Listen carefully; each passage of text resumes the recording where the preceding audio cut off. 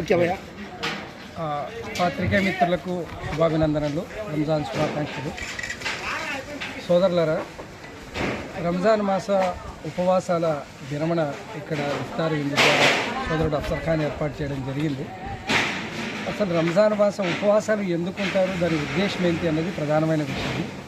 కుల మతాలకు అతీతంగా అందరం కలిసాము, ప్రేమపూర్వకంగా పరస్పర ప్రేమను పంచుకున్నాము. దీని ఉద్దేశం కూడా అర్థమైతే మిగతా జీవితం మనం ఒకరినొకరు అర్థం చేసుకుని ఎలా జీవించగలమన్న విషయాన్ని గమనించగలం. ఖురాన్లో ఒక విషయం అంటారు, మీపై ఉపవాసాలు విధి చేయబడ్డాయి, ఎలాగైతే గత సముదాయాలపై విధి చేయబడ్డాయో అలాగే మీపై కూడా విధి చేయబడ్డాయి. ఉదాహరణకి ఖురాన్ గ్రంథం ఏదైతే అవతరించిందో ఆ నెల ఈ నెల. ఖురాన్ గ్రంథ అవతరణ కారణంగా ఈ మాసంలో ఉపవాసాలు ఉండమని చెప్పడం జరిగింది. ఎందుకు అంటే ఖురాన్ గ్రంథంలో ఏ విషయాలైతే నిషేధించబడ్డాయో వాటికి మానవుడు దూరంగా ఉండడానికి, సత్ప్రవర్తన విధానం అలవర్చుకోవడానికి ఉపవాస దీక్షల ద్వారా ఏవైతే నిషేధాలు కాకుండా అనుమతించబడ్డ వస్తువులు ఉన్నాయో వాటికి దూరంగా ఉంటూ ఈ విషయంలో శిక్షణ తీసుకోవడం జరుగుతుంది. ఉదాహరణకి ఆహారం, అలాగే స్వయం వివాహమైన సతీమణి, ఎప్పుడైనా ఎవరితోనైనా మాట్లాడేటప్పుడు జరిగే భాష, ఇవన్నీ కూడా ఇక్కడ సంస్కరణ జరుగుతుంది ఈ మాసంలో.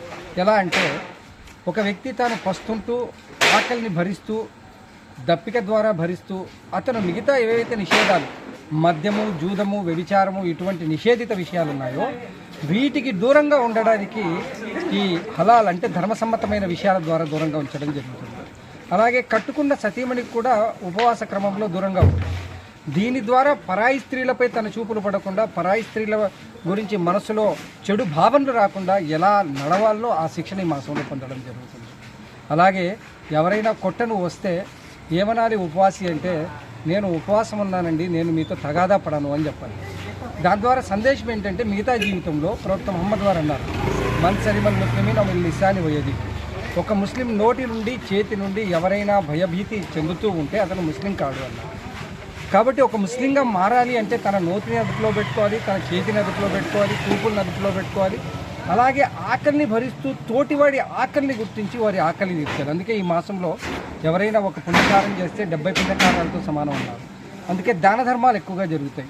ఎవరైనా పేదవాళ్ళు ఉంటే వాళ్ళ ఇళ్లకు రేషన్ పంపిణీ చేయడం, వాళ్ళకు బట్టలు ఇవ్వడం, అలాగే ఇఫ్తార్ అంటే పండగకు ముందు ఫిత్రా అని చెప్పేసి ఈ రంజాన్ మాస క్రమంలో ఉపవాసాలు పాటించి అందులో లోపాలను సరిదిద్దుకోవడానికి మనుషులు ఎవరైతే పేదవాళ్ళు ఉన్నారో వారింటికి వాళ్ళు పండగ చేసుకునేలా వారికి ఉపాధి కల్పించడం, ఇవన్నీ ఈ మాసంలో జరుగుతాయి. దీని ద్వారా కులాలు మతాలకు అతీతంగా సహాయం చేయాలి. కేవలం ఒక కులము కాదు, ఒక మతం కాదు. కాబట్టి